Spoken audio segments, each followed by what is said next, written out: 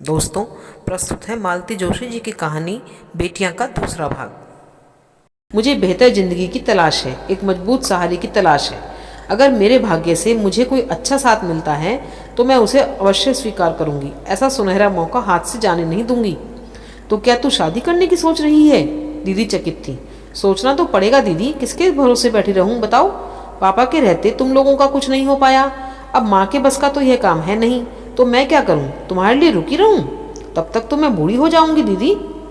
बहुत अच्छे मूड में हमारा चाय पान शुरू हुआ था, पर खत्म होते होते सबके मन खट्टे हो गए। खासकर उसकी यह बात तो बहुत ही बुरी लगी कि तुम लोगों का इंतजार करते करते मैं बूढ़ी हो जाऊंगी। यह बात भी सच थी कि दीदी 30 पार कर चुकी थी और मैं 26 को छू रही थी। छोटी ने पिछले महीने 22 पूरे किए थे। यूं शादी के लायक तो थी, पर ऐसा भी नहीं था कि शादी की उम्र निकली ही जा रही हो। पर शायद हम दोनों की बढ़ती उम्र को देखकर वह अधीर हो उठी थी। यह बात नहीं है कि पापा ने दीदी के लिए कोई कोशिश नहीं की, बहुत हाथ पैर मारे थे, बात बनी ही नहीं। दीदी एकदम पापा पर गई हैं। रंग काफी दबा हुआ है, इसलिए हर बार बात वहीं पर आकर अटक जाती थी। कुछ लोग तो ऐसे उस्ताद थे कि दीदी को देखने आते और मुझे मांग बैठते। मैं भी कोई स्वरूप सुंदरी नहीं हूँ, पर रंग जरा खुला हुआ है। फिर हिंदुस्तानी आदमी तो रंग पर ही मरता है। उन दिनों बहुतों ने सलाह दी कि जिसकी लग रही है उसकी कर दो, एक जिम्मेदारी तो कम हो जाएगी, पर पापा तैयार नहीं हुए। फिर उस तरह के संबंध के लिए मेरा मन भी गवाही नहीं देता था। यह तो एक तरह से बहन का हक मारना हुआ। विनीता को हम लोगों ने कभी उस दृष्टि से देखा ही नहीं। वह तो हमेशा से हम सबका खिलौना रही है, पर अब लगता है कि वह हम तीनों में सुंदर है। एकदम माँ पर गई है। माँ का रंग रूप तो उसे मिला ही है, स्वभाव भी वही है। वैसे ही मूडी, जिद्दी, चिड़चिड़ी और आत्म केंद्रित उसकी विशेषताएं अभी अभी नजर आने लगी थी। 4-5 दिन बाद चिंटू मामा बड़ी विजयी मुद्रा में घर में दाखिल हुए। जिज्जी, सब पता कर लिया है। क्या पता कर लिया है? उस लड़के के बारे में। कोई शुक्ला कॉन्ट्रैक्टर है, उनका लड़का है। इसमें तुमने कौन सा तीर मार लिया मामा? मैंने कहा। यह सब तो छोटी ने उसी दिन बता दिया था। मुझे तो नहीं बताया, माँ ने कहा। तुम्हें सुनने की फुर्सत भी थी, पूछने का भी एक तरीका होता है। उसने तो कुछ भी नहीं छुपाया, यह भी बताया था कि लड़का डिप्लोमा होल्डर है, मंडीदीप की किसी फैक्ट्री में काम करता है। सब बता दिया था। उसके पीछे जासूस लगाने की तो कोई जरूरत नहीं थी।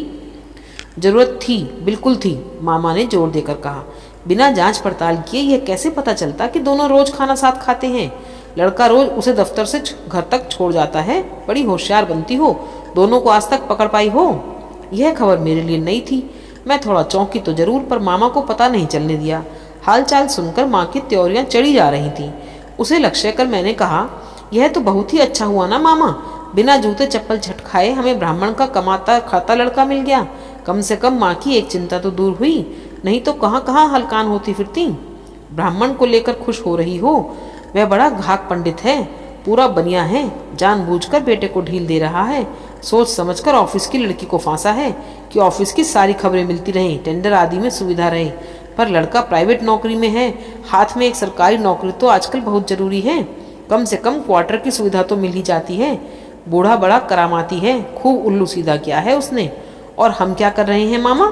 मैंने चिढ़कर कहा। वे तो खैर पराए हैं, हम भी तो अपना स्वार्थ साध रहे हैं। नहीं तो फूल सी बच्ची की पढ़ाई छुड़वाकर उसे नौकरी में झोंकने की क्या जरूरत थी? अब अगर उसने वहां अपना भविष्य सुरक्षित करने का रास्ता खोज लिया है तो इतनी हाय तौबा क्यों मच रही है? कल को ये क्वार्टर छोड़ना पड़ेगा ना, तो ये बड़ी बड़ी बातें भूल जाओगी। जिनके पास सरकारी मकान नहीं होते मामा, वे लोग क्या सड़क पर रहते हैं? और हमारे सिर पर छत बरकरार रहे, इसके लिए छोटी क्या जिंदगी भर कुंवारी बैठी रहेगी? माँ एकदम आपे से बाहर हो गई। शादी के लिए ऐसी मरी जा रही है कि दोनों बड़ी बहनें अभी घर में बैठी हैं। माँ, यह अन्याय तो मत कीजिए। दीदी ने इतनी देर बाद मुंह खोला।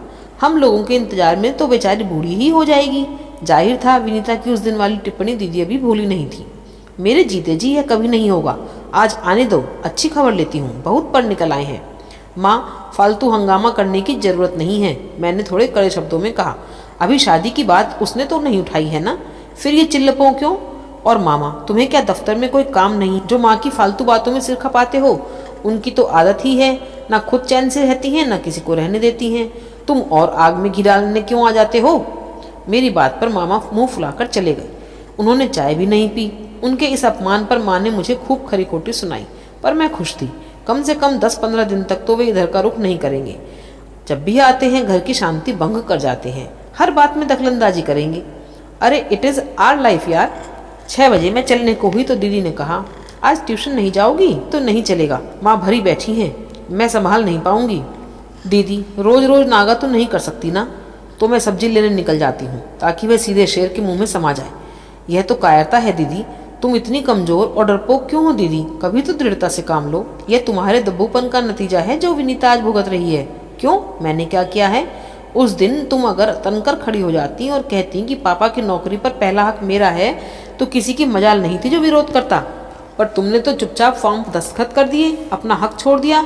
दस्तखत तो तुमने भी किए थे। हाँ, यह भूल तो मैंने भी की थी। मुझे लोगों ने सब्ज़बाग दिखाए थे और मुझे विश्वास था कि पीएचडी होते ही मुझे कॉलेज में नौकरी मिल जाएगी। सब अरमान धरे रह गई। और मेरी क्या समस्या थी बताऊं? सब लोग उस नौकरी को मेरी शादी से जोड़कर देख रहे थे। मुझे लगा कि मैं जिद करूंगी तो सब यही समझेंगे कि मैं शादी के लिए मरी जा रही हूँ, और मुझे ऐसी शादी मंजूर नहीं थी जिसका आधार मेरी नौकरी हो। हम लोगों की बेवकूफ़ी के कारण उस लड़की का जीवन चौपट हो गया दीदी। अब हमें उस अन्याय का परिमार्जन करना होगा। सही गलत वह जो भी कर रही है उसमें हमें उसका साथ देना है। कम से कम माँ के कोप से तो उसे बचाना ही है।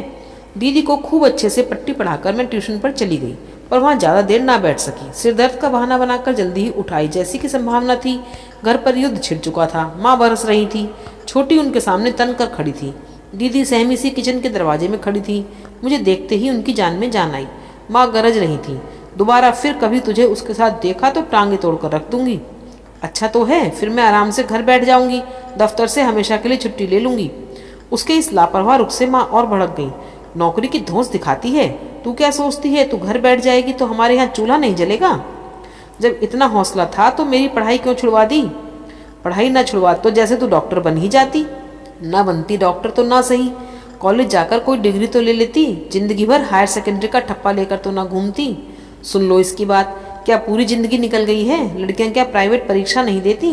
देती होंगी, मुझे नहीं देनी है। और अपने भाई से कह देना मेरे दफ्तर के आसपास ना मंडराया करे। मैंने इशारा भी कर दिया तो ठुकाई हो जाएगी। छोटी ने जैसे जंग का ऐलान कर दिया था। फिर तो यह गर्जन तर्जन रोज की दिनचर्या बन गया। माँ घड़ी लेकर बैठी रहती और मिनट मिनट का हिसाब मांगती। माँ के जासूस भी मुस्तैदी से विनीता की हर गतिविधि का ब्यौरा देते रहते थे, जिससे माँ और भड़क उठती थी। पर विनीता भी अब ढीठ हो गई थी और ईंट का जवाब पत्थर से देने लगी थी। कई बार समझाया भी कि माँ ये रोज रोज की किचकिच अच्छी नहीं लगती। अनुशासन अपनी जगह है, पर रस्सी को इतना भी मत तानो कि वह टूट ही जाए। उसका गर्म खून है, कल को कुछ उल्टा सीधा कर बैठी तो हम कहीं मुंह दिखाने लायक भी नहीं रह जाएंगे। पर माँ पर तो जैसे भूत चढ़ा हुआ था। छोटी की नौकरी उनके सुरक्षित भविष्य की गारंटी थी। वह उनके बुढ़ापे का सहारा थी। उसी को डामाडोल होते देख वे पागल हो उठी थी। फिर जिसका डर था वही हुआ। एक शाम वह दफ्तर से घर लौटी ही नहीं। इन दिनों में अक्सर देर से लौटती थी, इसलिए हमने 7 बजे तक किसी तरह सब्र किया। इस बीच जैसे तैसे समय बीत रहा था। माँ का पारा और हमारी धुकधुकी बढ़ती जा रही थी। विश्वास हो गया था कि आज लड़की की खैर नहीं। पर 8 बजे तक भी जब वह नहीं लौटी तो मैं उठ खड़ी हुई। दीदी चलो, चप्पल पहनो। कहाँ जा रही हो? माँ गुर्राई। कहीं तो जाना ही पड़ेगा, क्या हाथ पर हाथ धरे बैठे रहें? मामा को फ़ोन कर दो। हाँ, उन्हें साथ लेकर ही जाएंगे। और जल्दी से सीढ़ियाँ उतर गई। दीदी बोली, मामा को मत घसीटो, वे तमाशा खड़ा कर देंगे। माँ को किसी तरह चुप तो कराना था ना, नहीं तो वे खुद बुला लाती। घर से निकलकर हम लोग सीधे अय्यर साहब के पास गए। वे पापा के कलीग थे और अच्छे दोस्त भी। हमें देखकर बहुत खुश हुए। आज अंकल को कैसे याद किया? याद तो बहुत करते हैं अंकल, पर इतना बिजी शेड्यूल हो गया है कि कहीं जाने का समय ही नहीं मिलता। आज कोई खास काम? खास ही समझिए, मैंने बड़े सहज भाव से कहा। आपके यहाँ एक शुक्ला कॉन्ट्रैक्टर है, उन्हें पहचानते हैं? वे भेद भरे ढंग से मुस्कुराए। विनीता के बारे में बात करना है? दीदी का चेहरा एकदम फक हो गया, पर मैंने उसे नज़रअंदाज करते हुए कहा, आपने ठीक समझा अंकल। कैसे लोग हैं, बात चलाई जा सकती है? बिल्कुल, अच्छी फैमिली है, लड़का भी अच्छा है। आप सिफारिश कर दीजिए ना। मैंने मनोहार की। सिफारिश की कोई ज़रूरत नहीं है, मामला जम जाएगा। जाहिर था उन्हें सब पता था। फिर इधर उधर की बातें करते हुए मैंने धीरे से शुक्ला जी का पता पूछ लिया। उन्हें ठीक से पता नहीं था, पर फ़ोन नंबर के आधार पर डायरेक्टरी से मालूम कर लिया। मैंने पता नोट किया, चाय पी और अंकल को धन्यवाद देकर हम लोग बाहर आ गए। मैं तो डर गई थी कि कहीं तुम छोटी की गुमशुदगी की रिपोर्ट तो नहीं लिखवाओगी। पता है आंटी दूसरे दिन पूरे शहर में ब्रॉडकास्ट कर देती। मुझे इतना पागल समझा है? वहाँ नहीं जाती तो शुक्ला जी का पता कैसे मिलता? अब वहाँ जाएंगे? Of course. शहर से बाहर बनी एक कॉलोनी में उनका घर था। ढूंढने में परेशानी नहीं हुई, पर वहाँ पहुँचने तक मन में खटका बना रहा। सुनसान रास्ता और स्कूटर पर हम 2 महिलाएं। डरने की तो बात थी ही, पर आवेश में मैंने उस डर को भी पीछे छोड़ दिया। शुक्ला जी का पूरा परिवार हॉल में बैठकर टीवी देख रहा था। हमें देखकर वे बुरी तरह चौंक पड़े। विनीता का चेहरा तो एकदम सफ़ेद पड़ गया था और वह तुरंत उठकर भीतर चली गई। हमें किसी ने अंदर आने के लिए नहीं कहा, फिर भी मैंने आगे बढ़कर अपना परिचय दिया। आपने शायद हमें पहचाना नहीं, हम लोग विनीता की बहनें हैं। मैं अनीता और ये बड़ी दीदी सुनीता। हाँ, याद आया, एक दिन घर पर आया था तो आप लोगों से मुलाकात हुई थी, शुक्ला जी बोले। भाभी जी कैसी हैं? इस समय तो बहुत ही टेंशन में है, मैंने हंसकर कहा और फिर प्रस्तावना में समय बर्बाद न करते हुए कहा, हम लोग विनीता को लेने आए हैं। वे कुछ देर तक माकूल जवाब सोचते रहे, फिर उन्होंने आवाज़ दी, पराग जरा विनीता को लेकर बाहर आओ। पर पराग नामक वह सुदर्शन युवक अकेला ही बाहर आया और बोला, पापा विनीता कह रही है अब वह उस नरक में लौटकर नहीं जाएगी। तो कहाँ रहेगी? मैंने पूछा। यहीं इसी घर में। किस रिश्ते से? घर की बहू की हैसियत से, उसने दृढ़ता से कहा। परसों हम लोग शादी कर रहे हैं। मैंने शुक्ला जी की ओर देखा। अब तक वे काफ़ी संभल चुके थे। बोले, देखिए बच्चे जिद पर थे, कल को कोई ऊंच नीच हो जाती। मैंने सोचा इससे अच्छा है विधिवत शादी कर दी जाए। मैंने पराग की माँ को भी यही समझाया, बच्चों की खुशी में ही हमारी खुशी है। थैंक यू अंकल, मैंने उठते हुए कहा। आपका हाथ इन दोनों के सिर पर है, अब हमें कोई चिंता नहीं है। विदा लेकर हम दोनों बाहर आ गए। बाहर आते ही दीदी बोली, ये क्या बात हुई, इतनी दूर आए और खाली हाथ जा रहे हैं? खाली हाथ क्यों दीदी? हमने लड़का देखा, लड़के का घर बार देखा, लड़के के बाप का रुख देखा। क्या यह कम है? तो अब क्या करने का इरादा है? यही मैं तुमसे पूछ रही हूँ, अब तुम्हारा क्या विचार है? यह हमारी परीक्षा की घड़ी है, बड़ी सूझबूझ से काम लेना होगा। हमने अपनी गुड़िया सी बहन के साथ बहुत अन्याय किया है, यह उसके परिमार्जन का अवसर है। जीवन के इस महत्वपूर्ण मोड़ पर हम दोनों को उसके साथ रहना है, उसकी खुशी को हमें यादगार बनाना है। और माँ से हम लड़ जाएंगे। फिलहाल उन्हें कुछ बताने की जरूरत नहीं है। यही कह देना कि दफ्तर में बहुत देर हो गई थी, तुम्हारे डर के मारे वह अपर्णा मौसी के यहाँ रुक गई है। तुम कहोगी तो माँ विश्वास कर लेंगी। पता नहीं माँ ने हमारी बात का विश्वास किया या नहीं। उसकी चिंता करने की हमें फुर्सत ही नहीं थी। समय इतना कम था और सामने इतने सारे काम थे। कमरे का दरवाज़ा बंद करके पूरी रात हम दोनों प्लानिंग करती रहीं, बजट बनाती रहीं, कार्ड का मजमून तैयार करती रहीं। सुबह सबसे पहले हमने एक एप्लीकेशन ठोकी और घर से निकल ली। माँ से यही कहा कि छोटी को लेने जा रही हैं, तुम्हारे डर के मारे वह अकेली नहीं आएगी। बाहर निकलकर हम लोगों ने 5-7 होटलों का मुआयना किया और एक हॉल बुक कर लिया। वहीं पर 150 लोगों के लिए भोजन का भी ऑर्डर दे दिया। एक बार होटल तय होने के बाद ही निमंत्रण पत्र छपने के लिए दिए जा सके। एक पंडित जी को पकड़ा, पूजा सामग्री की व्यवस्था भी उन्हीं को सौंप दी। हार फूल का ऑर्डर दे दिया। बैंड बाजे के जुगाड़ हमारे बस का नहीं था। हमने एक ऑर्केस्ट्रा पार्टी बुक कर दी। फिर छोटी के लिए बनारसी साड़ी और दूल्हे के लिए रेशमी कुर्ता और धोती जामा खरीद लिया। इतना करते करते ही हमारी बैंक बिल्कुल खाली हो गई। दीदी को कार्ड के लिए भेजकर मैं अगले प्रबंध के लिए घर आ गई। देखा कि वहाँ पूरा कुनबा मौजूद है। माँ की इंटेलिजेंस ब्यूरो की दाद देनी पड़ेगी। वे लोग जरा भी गाफिल नहीं थे। मैंने चेहरे पर जरा भी शिकन नहीं आने दी। हंसते हुए कहा, कितना अच्छा हुआ जो आप सब लोग यहीं मिल गए। मैं यहीं पर आप सबको विनीता की शादी का निमंत्रण दे रही हूँ। कार्ड अभी आ ही रहे हैं। मैं जवानी बतला दूँ, कल शाम 7 बजे हिंडोला महल में। सबके सब अवाक, सब मेरा मुँह देख रहे थे। माँ की आंखों से तो अंगार बरस रहे थे। लग रहा था जैसे अभी मेरे बाल पकड़कर मुझे झंझोर डालेंगी। बड़ी देर बाद फूफा जी बोले, यहाँ तो सब मिली भगत है, नाहक हमें परेशान किया, एक दिन की छुट्टी बर्बाद हो गई। क्या बात करते हैं फूफा जी, लड़की की शादी में आप 2 दिन की छुट्टी भी नहीं लेंगे? जानते तो हैं इस घर में कोई पुरुष प्राणी नहीं है, आप ही लोगों पर सारा दारोमदार है। शादी ब्याह का मामला है, वह क्या हम औरतों के बस का है? तू तो पुरुषों के भी कान काट रही है, तुझे किसी की क्या जरूरत है? चाचा ने ताना कसा। वो तो सब हम अपनी सामर्थ्य और समझ के अनुसार कर ही रहे हैं। फिर भी ऐसा है कि शादी ब्याह में तो सबका ही सहयोग अपेक्षित होता है। यह कोई शादी है? मामा एकदम फट पड़े। सीधे सीधे अपहरण का मामला है। मैं अभी जाकर FIR दर्ज कराता हूँ। आप भूल रहे हैं मामा कि लड़की बालिग है और सरकारी दफ्तर में नौकरी कर रही है। आप सुप्रीम कोर्ट तक भी जाएंगे तो हार जाएंगे। नौकरी ना हुई मुसीबत हो गई, माँ ने माथा ठोकते हुए कहा। इससे तो अच्छा था सुनीता को लगवा देते, कम से कम जग हंसाई तो ना होती। हमने तो पहले ही कहा था, श्रेय लेने का कोई मौका चाचा नहीं चूकते। जग हंसाई तो अब भी कुछ नहीं हुई है माँ। अच्छा खाते पीते घर का लड़का है, जाति बिरादरी का है, बिना किसी दान दहेज के शादी हो रही है। इससे अच्छी बात और क्या होगी। पर हाँ, उसकी जगह अगर दीदी की नौकरी लग गई होती तो उसका फूल सा बचपन न छिनता, दीदी की भी जिंदगी बन गई होती, उनमें एक आत्मविश्वास जागता। पर उस समय तो तुम लालच में अंधी हो रही थी। हमसे ज़्यादा तुम्हें गैरों पर भरोसा था, उनकी सलाह तुम्हारे लिए वेद वाक्य थी। तो अब हम गैर हो गए। सुन लो बिन्नो, हम इतनी भी फुर्सत में नहीं हैं कि सलाह मशवरा देते फिरें। हमें संदेशे भेजकर बुलाया जाता है, तब हम आते हैं। चाचा और मौसी एक साथ बोल उठे। आप लोगों के आने पर हमें ऐतराज नहीं है मौसी, पर ये माँ जो है ना, दूसरों की बात पकड़ कर बैठ जाती हैं। हमारी बातों का उन पर असर ही नहीं होता। अब विनीता की बात ही लीजिए।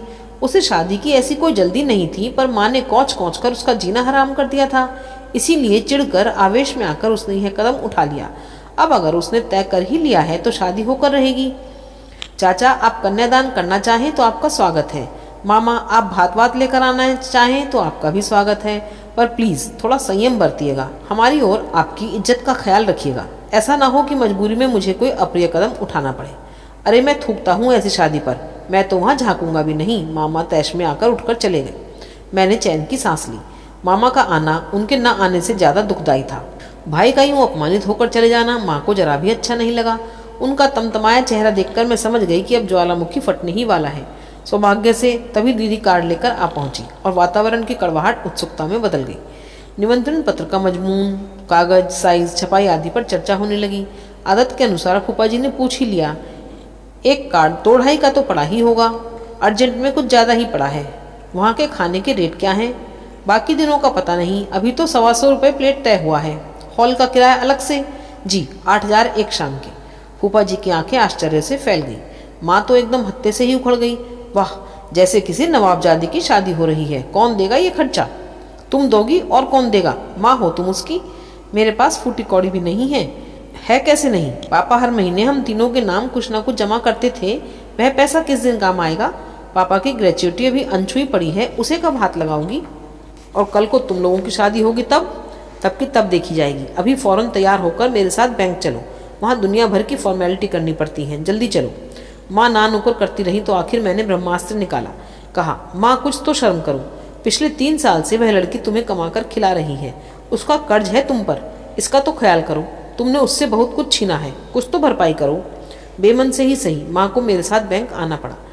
पैसे निकलवाकर मैंने सीधे सर्राफे का रुख किया। छोटी के लिए एक सेट और दामाद के लिए अंगूठी खरीदी। माँ को बोलने का मौका ही नहीं दिया। सिर्फ 20-25 कार्ड और मिठाई फल फूल लेकर हम लोग शुक्ला जी के पास गए।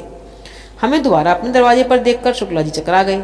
मैंने सामान मेज पर रखा, उनके हाथों में कार्ड दिया और हाथ जोड़कर कहा, मेरी छोटी बहन की शादी है, आप लोग जरूर पधारिएगा। उन्होंने कार्ड पढ़ा और चौंक पड़े।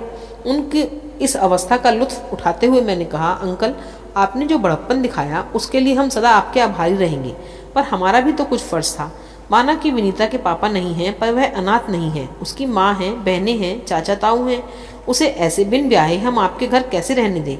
जो भी हो, वह परंपरा के अनुसार हो तो अच्छा लगता है। आप शान से बारात लेकर आइए और 4 भले आदमियों के सामने उसे ब्याह कर ले जाइए।